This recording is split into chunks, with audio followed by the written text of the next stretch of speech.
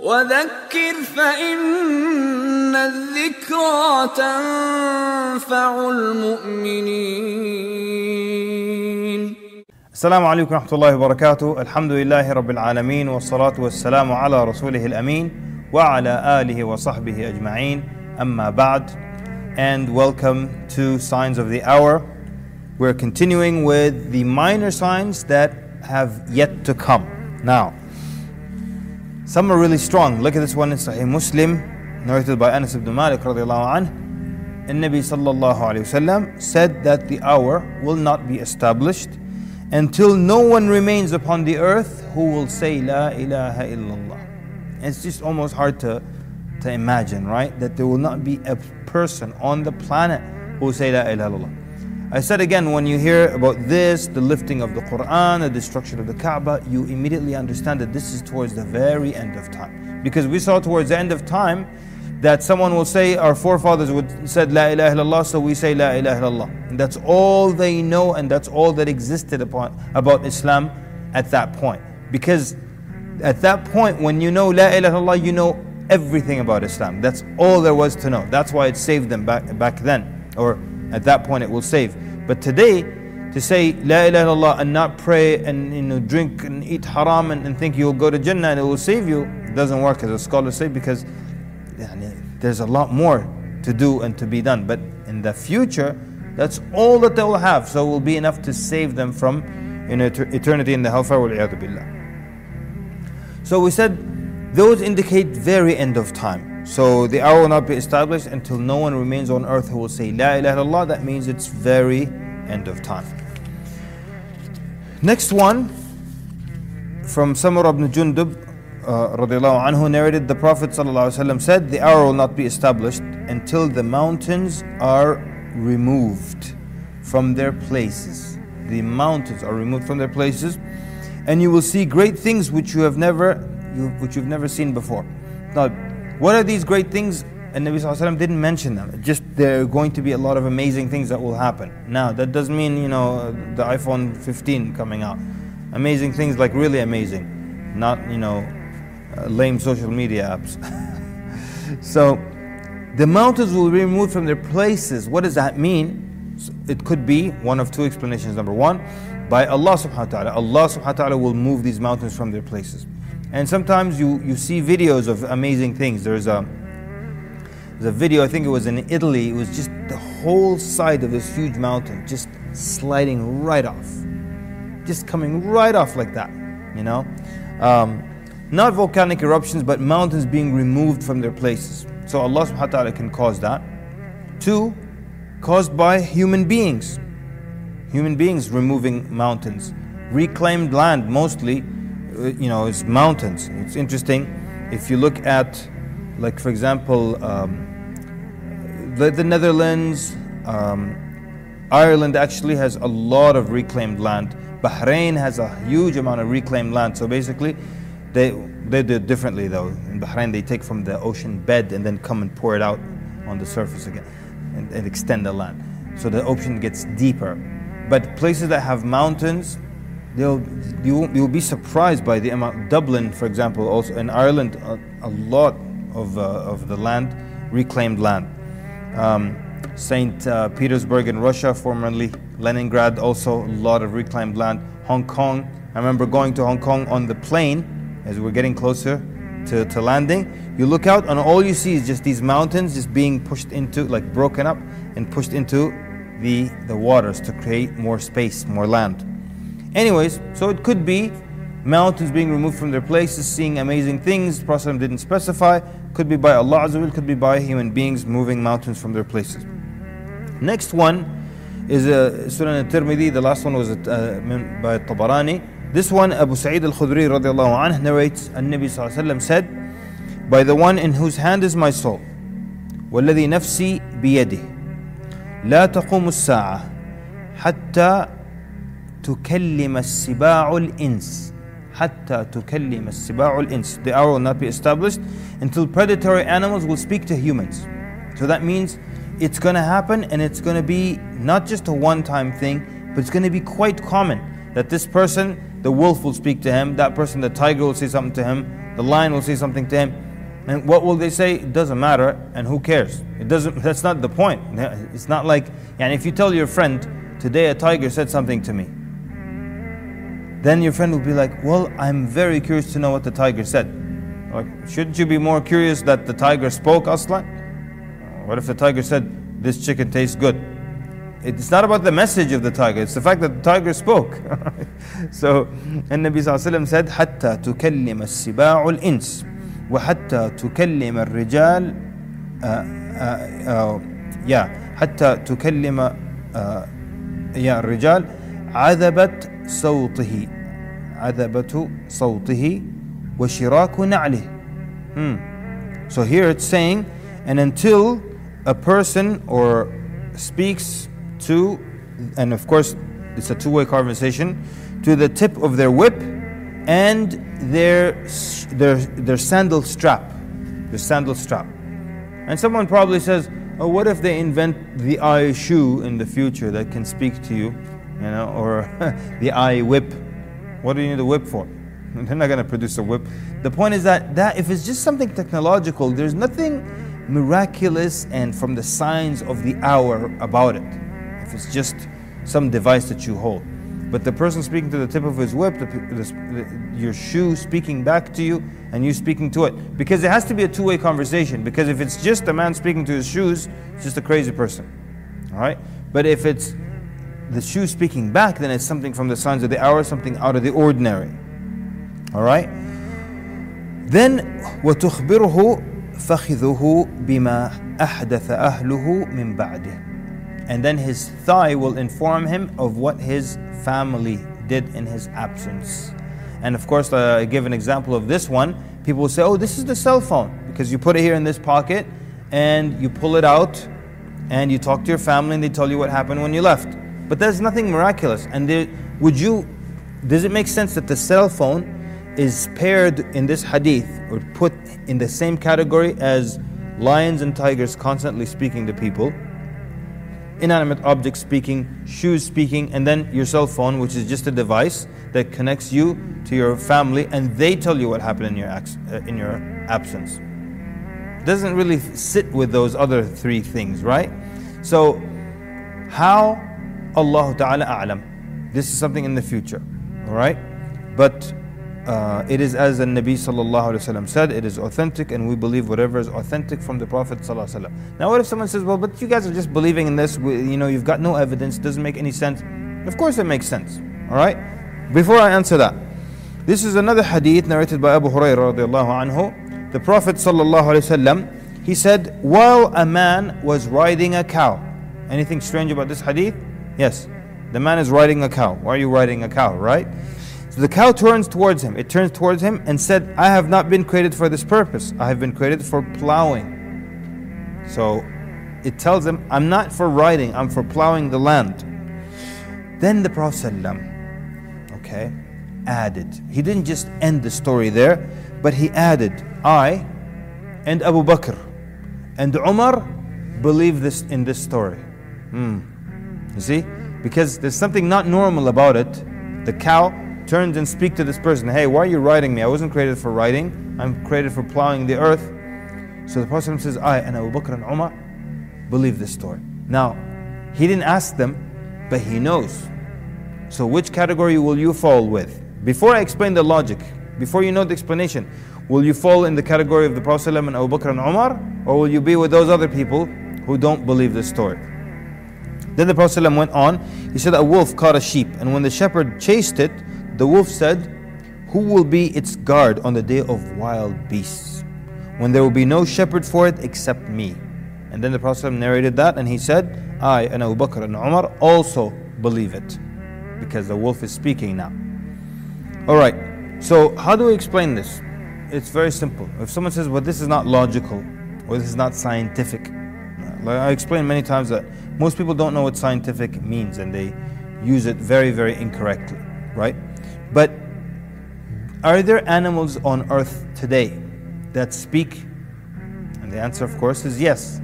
And people think of, parrots and all kinds of birds that speak, and I know you've seen videos of pet dogs and cats speaking. or saying a few words. Doesn't matter. The point is, birds are the most eloquent when it comes to speaking, even though they may not understand what they're saying, but birds speak. Who created birds? These animals, where did they come from? Who created them? Allah subhanahu wa ta'ala. So we're agreeing Allah subhanahu wa ta'ala created an animal and made it able to speak. Okay. Can Allah subhanahu wa ta'ala take an animal that He already created that doesn't speak and make it speak? Yes, and He'll make it speak German too. There's no problem whatsoever. Like, people try to make it look like they're logical. You're extremely illogical. If you believe in Allah Azza wa Jal, He can make anything speak. So what is not logical here? You understand the logic or not? Makes sense? Alright. So, but things that are like out of the ordinary and supernatural, which don't necessarily have to be phones and satellite dishes and things, but things that are supernatural, out of the ordinary, and we don't want to fall into the, this always interpreting things according to our present world. Then another sign of the hour, the Prophet ﷺ mentioned the hour will not be established until the people will be given a widespread rain, but nothing from the earth will grow forth. This is narrated by Imam Ahmad, and there's no timeline given here. No timeline given. So this could be any time in the future, or it could be now, but basically it will rain, but nothing from the earth will grow. There will be no barakah in rain. The next one is mentioned by Imam Muslim by Abu Hurairah radiallahu anhu. The hour will not be established until the Euphrates, the Al-Furat, the Euphrates river, uncovers a mountain of gold over which people will kill, they will kill each other. Out of every 100, 99 will die, and each one of them will hope that they will be the only survivor. Out of each 199 people will die. So, okay. What's interesting is, number one, as we speak, the Euphrates river is drying up. You could Google it, you can go visit it, but as we speak, the Euphrates is drying up. The Prophet ﷺ said this 1,400 years ago, and it's drying up as we speak. So it will continue to dry up until it uncovers this mountain of gold. Now, when this mountain of gold is uncovered, everybody tries to go get that gold. And everyone's so greedy, people start to kill each other. So we're traveling to get the gold, we camp together. At night, this person will kill everybody in the camp because he wants to be the only one who gets there. And when he gets there, other people will try to kill him, and so on and so forth, so they can get that gold. So, out of every 199 will die trying to get the gold. But what's sad, the Prophet ﷺ said, each one of them will hope that they will be the only survivor. One of the scholars said, the fact that they hope that they'll be the only survivor, that means they know that out of 199 die. That means they know this hadith. It's possible, but it's also possible that news traveled that out of each 199 die, meaning huge numbers are dying trying to get this gold, and they know that news, but they still think, you know what, there's a 1% chance, inshallah I can make it, I'll be that 1%. Everybody thinks they'll be the 1%. So, why did the Prophet ﷺ tell us that? Why do we learn the signs of the hour? So that we know how to behave when it happens. If right now you're watching TV and you hear that the Euphrates River, a part of it dried up and it uncovered this mountain of gold, what would you do? You have to act upon what the Prophet ﷺ said. If you hear about it, don't go. Don't say, oh, inshallah, I'll be that 1%. I'll make dua, make dhikr on the way. La habibi. Don't go. That's what we were told, so that we act accordingly. So the only time, I was telling people jokingly, that if you're the first one to discover the mountain of gold, then tell me, okay? And then we'll go before the news, before everybody knows about it. We'll take our share, and then we'll step aside as the people kill 99 out of 100. All right. So that was the Euphrates drying up and uncovering a mountain of gold. Also in Sahih Muslim, this is in Medina, the city of Medina, expelling its residents. All right. So the Prophet ﷺ says, a time will come upon the people when a person will invite his cousin and relative, saying, come to prosperity, and Medina is better for them, if they only knew. by the one in whose hand is my soul, no one will leave it willingly, except that Allah will replace them with someone better. So the city is just going to be, people will leave it willingly, and then someone better replaces them. So it's just going to have the best of people. And then the Prophet said, indeed, Al-Medina is like bellows expelling impurities. You know, bellows are they're used to generate like a strong force of winds for blacksmithing and other things, for a foundry, metal foundry. So Medina is like bellows expelling its impurities, and the hour will not be established until Medina expels its evil residents, just as bellows expel the impurities of iron. So people will start to leave, the bad people leave Medina, good people replace them, and they just get rid of, you know. But anyways, there was a story I used to tell there, I'm going to skip for a minute. But that's what's going to happen towards the end of times. Next one, the ruin of Medina. So, is it populated, or is it ruined, or is it abandoned? You have to understand immediately that this will be different time periods. So it's not like we have 50 years left for the end of the world where everything has to happen. There's plenty of time, Wallahu A'lam, where things can happen and the world can change. This one in Sunan Abu Dawood, Mu'adh bin Jabal radiallahu anhu narrated that the Prophet sallallahu alaihi wasallam said, when Bayt al-Maqdis is taken, Medina will become abandoned. And when Medina is abandoned, there will be a great battle. So now we're seeing Medina populated in one hadith, then abandoned in another hadith. Different time periods. Now there will be a great battle. And when the great battle occurs, Constantinople will be conquered. And when Constantinople, which is Istanbul today, and when Istanbul or Constantinople is conquered, Al-Qustantiniya is what is today Istanbul. When Qustantiniya is conquered, the Dajjal will appear. Oh, there's so many things to talk about here, right? So we're seeing Medina being repopulated, because when the Dajjal appears, the safest place is to be in Medina and Mecca. So, but it just said the Medina is abandoned. That means that happens, then it's repopulated again. So Constantinople, Qustantiniya, that's Istanbul. So Istanbul, according to this hadith, Muslims will lose control of it. And then it will be regained again after a great battle, and then the Dajjal will appear. Let me see if that's the next hadith I have. No, but there are actually a lot of explanations, a lot of back and forth here. Yeah, we're coming to the separate one for the conquering of Constantinople, so we'll continue as we are. There will be two rulers. This is in Sahih Bukhari and Muslim. This was the first one. The hour will not be established until a man emerges from Qahtan who will lead the people. أو لا تقوم الساعة حتى يخرج رجل من قحطان يسوق الناس بعصاه. The hour will not be established until a man emerges from Qahtan who will lead the people with his stick. So some people said that the fact that he leads with a stick indicates that he's going to be severe. He's not going to be like a kind, just ruler. He's going to be severe. That's why he's got a stick. That's one opinion. But Wallahu A'lam, the more correct opinion is that he rules with a stick. It shows that this is Imam Al-Qurtubi. He says the fact that the Prophet says يسوق الناس بعصاه كناية عن استقامة يعني استقامة الناس, يعني that people will actually accept him وانقيادهم, that people will actually accept him and they will follow him as a leader, and they will obey him. So why does he have a stick then? How does a stick show obedience and not that he's harsh? Because they said he's ruling with a stick, not a sword. So he just points with it, just like something you hold like for decoration, you know, like when a king holds a scepter. Is the scepter for smacking people with?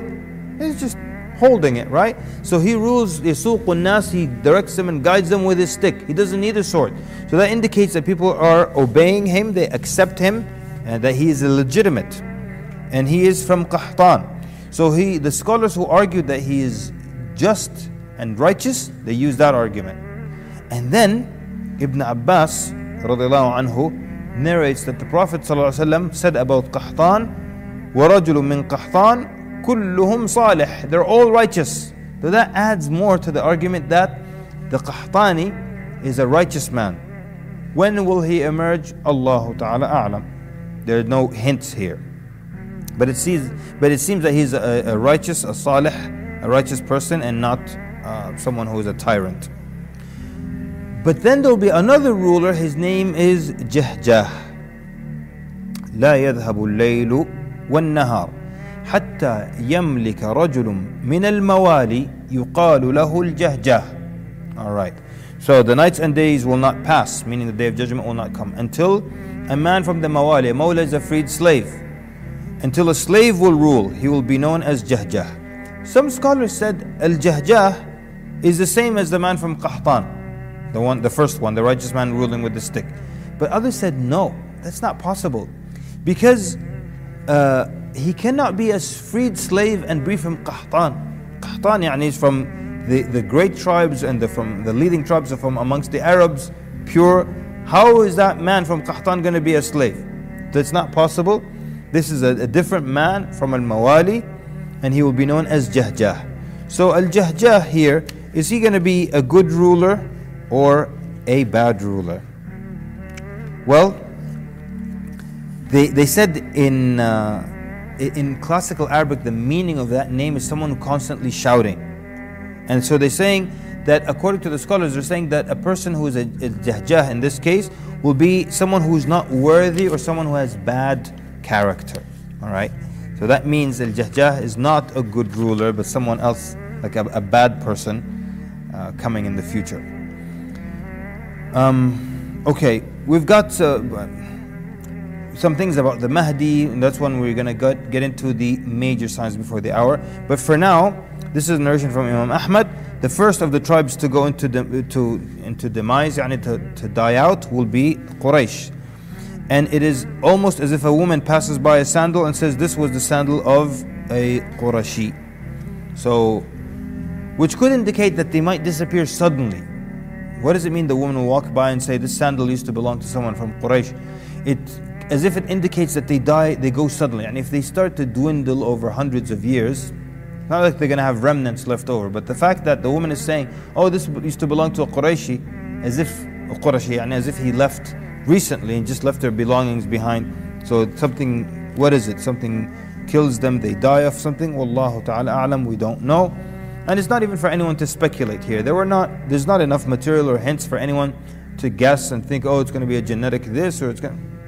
Just leave that. Okay, let's see what we can do here with the conquering of Constantinople. In Sunan Abu Dawud, when Bayt al-Maqdis is taken, Medina will become abandoned. When Medina is abandoned, there will be a great battle. And when the great battle occurs, Constantinople will be conquered. And when Constantinople is conquered, the Dajjal will appear. So we can see clearly, this is towards the end of time. Constantinople is conquered. So then what is happening? Like, where is... How do we lose Constantinople? Istanbul today. So we had scholars disagreeing, right? Some said that Istanbul will be lost. So the Muslims are in control of it. Muslims will lose control of it, and then we'll regain it again towards the end of time, right before the Dajjal. That's one explanation, and honestly that's the explanation that makes a lot of sense. That even though it's a Muslim city now, we will lose it, whatever it is. Yani people start, oh, that's because they will join the European Union. You don't know that. We don't even know there will be a European Union in 1,000 years from now. We don't know the future. So whatever it is, it will be not considered under Muslim control anymore, and then the Muslims will regain it towards the end of times, before the emergence of the Dajjal. That's one explanation, and very plausible. The second one, probably a little insulting to people who live in Istanbul, or to Turkish people in general. Some scholars said, we lost it. We lost it a long time ago. When Kamal El Mekki came and he did all the things that he did, that's when we lost Istanbul. We don't consider it a Muslim city anymore. But the truth is, if you go to Istanbul today, and you're probably going to go for one thing, actually two things. One, you're going to go see the sights. And what are the sights? The masajid. So you are going to a Muslim city to see this masajid. 2, you're going to go because of their kebab. But that's not the point. We're all fasting, right? And hungry. Not the kebab. Let's stick with the sites. When you go to Istanbul, will you hear the adhan being called? Will you see people in hijab? Will we find a place to pray? Yeah. Yes, there will be alcohol and other things. But will you say this is not a Muslim city? And is it any less Islamic than Cairo, for example? Or less Islamic than, Dubai or any other place? That's actually more Islamic than Dubai. I don't care what anybody says. So how can Dubai be a Muslim city and that's not a Muslim city? Anyways, the point is that that opinion has its issues, as you can see. So, this is the Prophet then describes here what will happen. He describes Al-Qastantiniya, Constantinople, and he says that سمعتم بمدينة, that have you heard of the city? Part of it is in the water, the other part is in the water. They said, yes, Ya Rasulullah. He said, the hour will not be established, لا تقوم الساعة حتى يغزوها 70,000 من بني إسحاق. It will, so 70,000 from Bani Ishaq, from the children of Ishaq, will charge or march towards it to take it over. فإذا جاءوها نزلوا فلم يقاتلوا بسلاح ولم يرموا بسهم. So when they get to it, they're just gonna camp and they're not gonna fight with a weapon or shoot an arrow at it. So there's some scholars again said arrow, they shoot an arrow. It could be that they will shoot an arrow because something happened to technology, but it could also be that they will shoot a gun. The Prophet didn't want to say the word gun. Just create confusion in the hadith. It'll be 1,400 years of people being confused from this hadith before we finally understand it. And it's not all about us. Some people are like, oh yeah, we can understand it. Yeah, you now, but before guns were made, how would people understand this hadith for thousands of years? Anyways, قالوا لا إله إلا الله والله أكبر. They will say Allah, La ilaha illallah, and Allahu Akbar, and then so part of the city will collapse. And then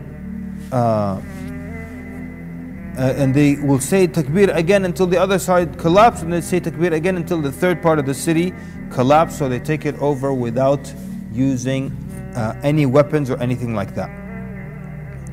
Then the Al-Qadi Iyad, he says there must be some mistake, because he says يغزوها 70,000 من بني إسحاق, from the offspring of Ishaq, and the Arabs are the offspring of, and not just the Arabs but the Muslimin also, and in this camp the offspring of Ismail, right?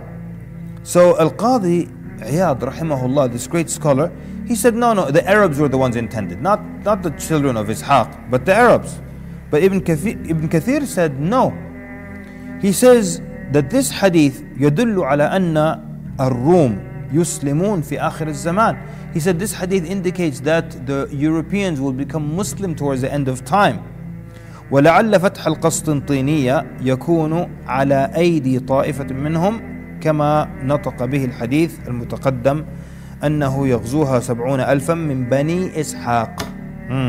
So he says, Ibn Kathir rahimahullah, that the conquering, perhaps the conquering of Constantinople or Constantinople or Istanbul will be upon the hands of a group of them. This group of people who are European, who are Romans from Europe, which is from Asia, basically the part of Asia known as Europe, and then they become Muslim, and they're the ones who go and free Qastantiniya just with their takbirs and tahleels without shooting a single arrow, which is really, really powerful.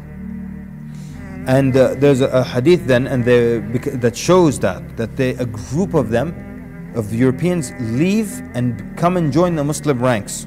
Abu Hurairah radiallahu anhu narrates, and then the rest of the army will say خلوا بيننا وبين الذين سبوا منا نقاتلهم. Then the Muslims will say فيقول المسلمون لا والله لا نخلي بينكم وبين إخواننا. So this group now leaves. They got the army of the Muslims and this Western or this European army, and then a huge group leaves He becomes Muslim and comes. So they will come and say, hey Muslims, stand aside and let us fight those who left our ranks. And the Muslims say, no, wallahi, will not stand aside and let you, basically, and leave our brothers. Anyways, the conquering of Constantinople without any fighting is something that definitely has not happened yet. So it is from the future signs before the Day of Judgment. Imam al-Tirmidhi narrates that Anas ibn Malik radiallahu anhu says أنه قال فتح القسطنطينية مع قيام الساعة. Conquering of Constantinople will be towards the end of time, يعني close to the Day of Judgment, meaning the Dajjal times and those towards the end. Alright, anyways, that's it for today. Jazakumullah khairan for your attentive listening, for following. Sallallahu mubarak ala Muhammad. Wassalamu alaikum wa rahmatullahi wa barakatuh.